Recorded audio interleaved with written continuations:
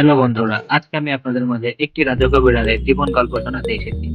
এই গল্পে একটি বিড়াল সুন্দরভাবে জীবনযাপন করতে থাকলেও তার জীবনে কোনো শান্তি ছিল না, কারণ তার বাবা-মা ছিল না। সুন্দরভাবে জীবনযাপন করলেও তার জীবনে ছিল খুব একাকী।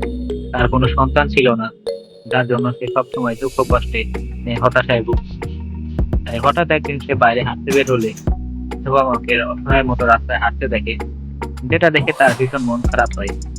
এই বিষয়টা নিয়ে তার মন খারাপের কারণ তার স্বামীকে জানাতে পারলে তার স্বামী তাদের খোঁজ এনে দেয় এবং গল্পের এক পর্যায়ে সেই বিড়ালটি সেই বৃদ্ধ বাবা মার সাথে সাক্ষাৎ করে তাদেরকে তাদের বাসায় আমন্ত্রণ জানিয়ে তাদের কাছে নিয়ে আসে এবং সুন্দর জীবনযাপন শুরু করে।